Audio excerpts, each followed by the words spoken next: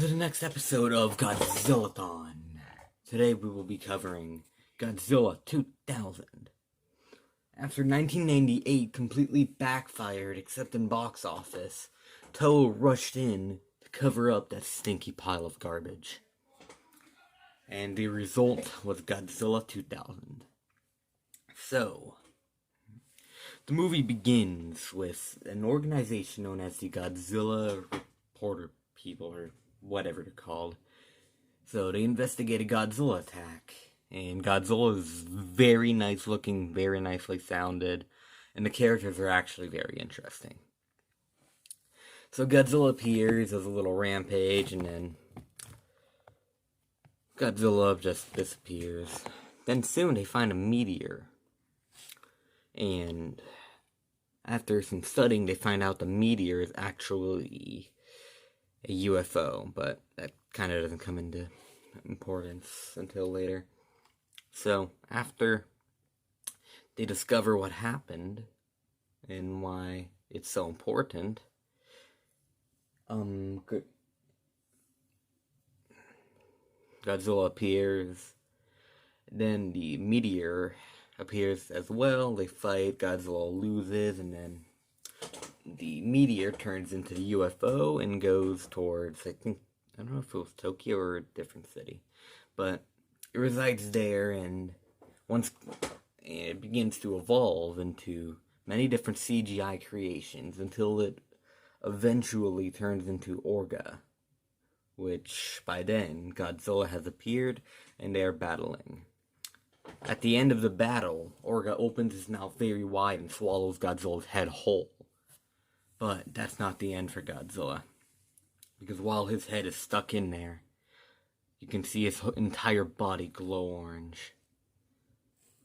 You know what's about to happen, but BOOM! Orga's head blows off and Godzilla roars victoriously. And then you think that Godzilla is truly a savior of mankind, but nope.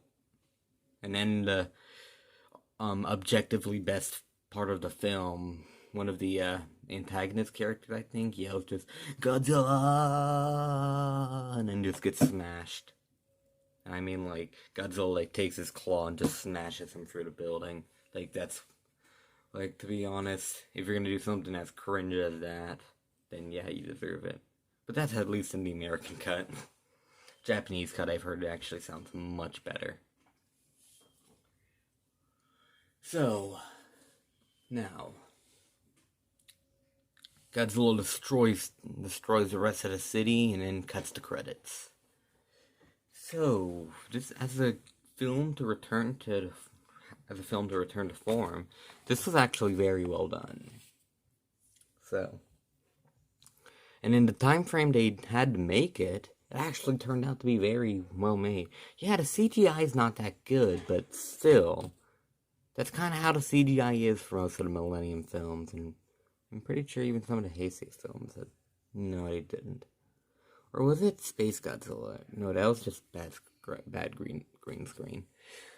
Alright, I'm sorry, I'm just thinking out loud. But other than that problem, I think some of the human plot kind of gets a bit, annoying towards, probably the end of the first half.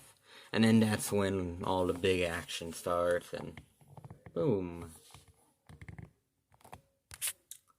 Alright, so, now, to conclude, Godzilla 2000, I rated a 9.4 out of 10. Go watch it. It is a very entertaining film.